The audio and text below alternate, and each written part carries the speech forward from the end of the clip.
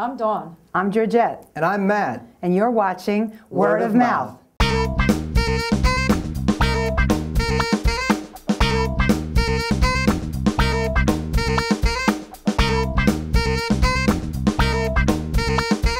They gossip as I sip, my coffee is smirk. The first stop is people have to work. Bust it, I'm like $1, $2, $1.50, $1.69. I got it. You want a box of condoms? What kind? That's 2 quarters, 2-quarter waters. The New York Times, you need a bag for that. The taxes at it. Once you get some practice at it, you do rapid mathematics automatically. Selling maxi pads, fuzzy dice for taxi cabs. Practically everybody's stressed, yes, but they press through the mess, bounce checks, and wonder what's next. In the Heights. In the Heights is set in Washington Heights, New York, which is northern Manhattan. It was 181st Street to be exact. And it's all about different Latin people that will live in a neighborhood together and how they're not really all family, but they're like family because they've been there for years together. And it's what goes on in a couple of days in their lives. Usnavi was the corner bodega owner, and times were tough. Times were tough for everybody in that neighborhood. He had a cousin, Sonny, who worked with him. There's another guy who runs a auto limousine car service, and there's a couple of Puerto Rican women who run a beauty salon, a hair salon, and they're really good.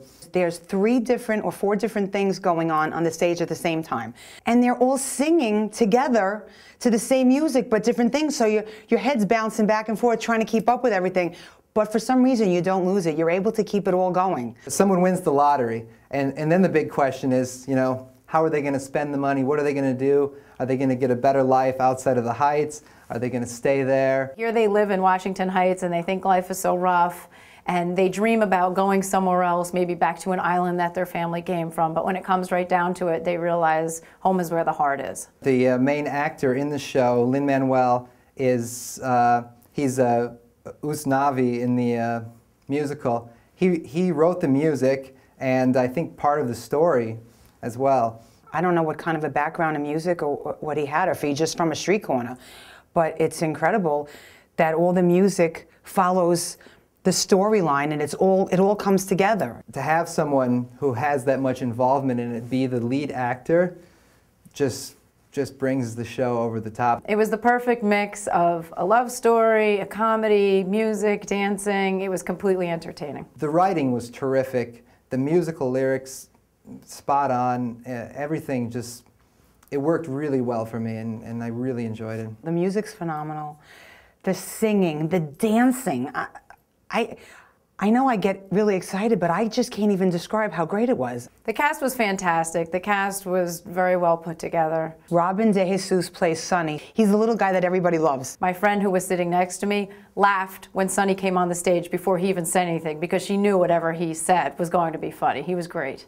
Andrea Burns, who plays the salon owner, reminds me of Rita Moreno from West Side Story. She is so full of life. She's like beyond. I mean, she really gets into it. She's really funny. And although she has the thickest accent of anyone in the play, you definitely can understand her, and she is very, very funny. Abuela Claudia took on Usnavi as her grandson. They had a close relationship, and they took care of each other. The woman who played Abuela was terrific. I saw her picture in the playbill, and she played the part, and she acted the part of this old woman so well.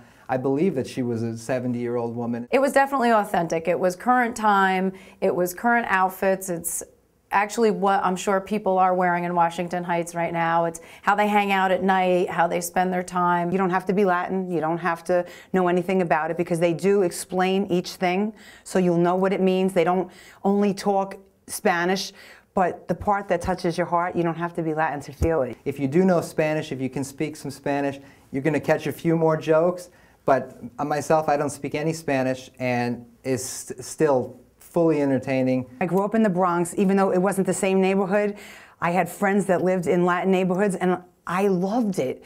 I loved the smells and the cuchifritos and all that stuff. So everything that I heard and everything I saw just brought me back to when I was a kid. That's why I was crying. It was incredible. It was so fun and exciting. The way it all comes together in the second act, and the way you see these people's lives influence each other, and the way the neighborhood watches out for one another. It's really uplifting, and it's really got a positive message at the end. In fact, I think that we're going to leave and go back and buy tickets now, because if you don't, you won't be able to get them next week. I think that it's going to take off like a rocket. I might buy tickets for next weekend for my wife and I. I'd love to see it again. Absolutely, absolutely go see In the Heights. We can pay off the debts we